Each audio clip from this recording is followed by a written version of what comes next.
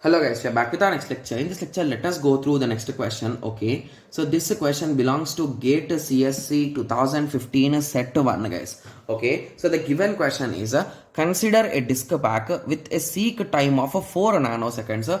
Okay, so they clearly give what is the seek time, that is a 4 milliseconds guys.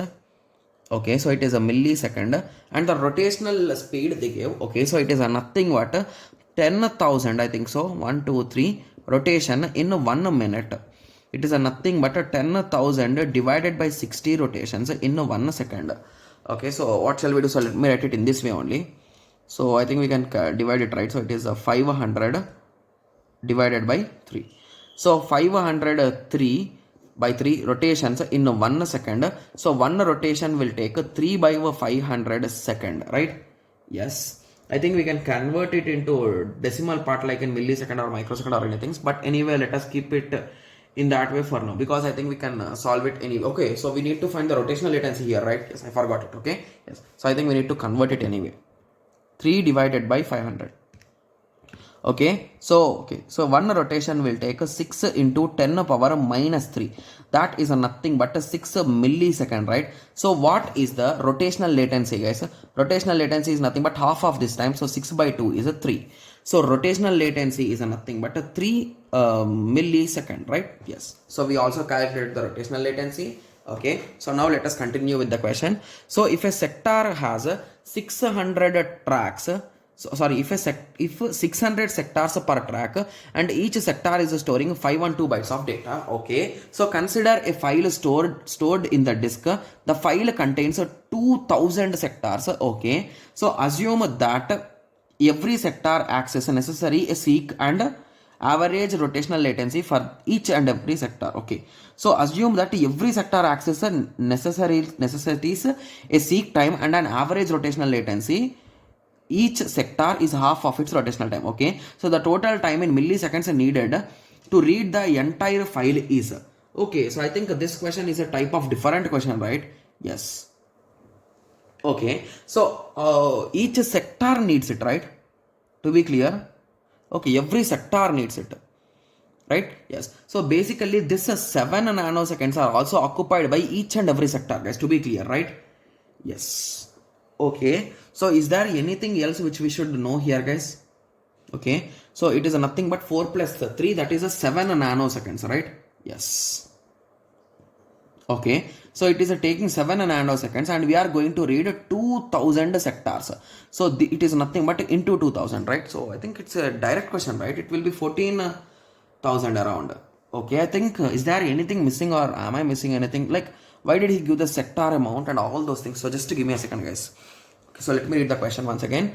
So consider a disk packet with a 4 millisecond. Okay, so that is nothing but the seek time, and they gave 10,000 RPM just to calculate the rotational latency, and we have calculated the rotational latency as 3 milliseconds. If it has a 600 sectors per track, so in one track we are having 600 sectors, they are saying, and each sector size is 512 bytes. Okay, consider a file stored in the disk. Okay, consider the file stored in the disk. The file contains 200 sectors. Sorry, 2000 sectors. Okay. I think we need to calculate this with respect to this, right? Okay.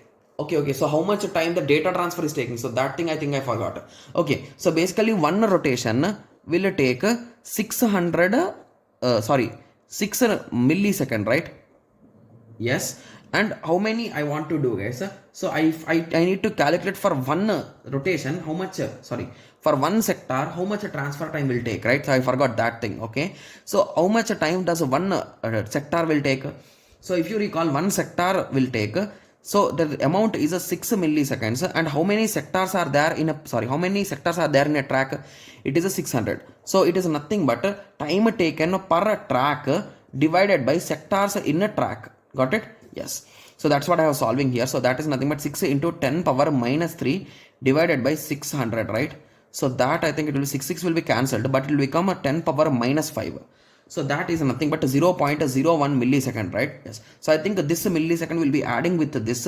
So the result will be 7.01 millisecond, right? Yes.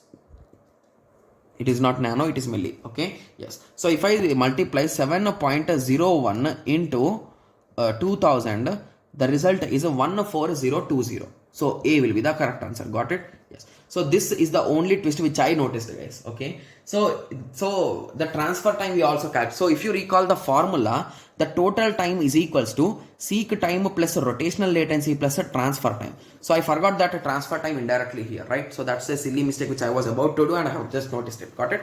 Yes. So I hope everyone got a clear idea with respect to this question. So in the next lecture, let us continue with the next question. Thank you. Thanks for watching. Like, share and subscribe for more awesome videos like this. Thank you.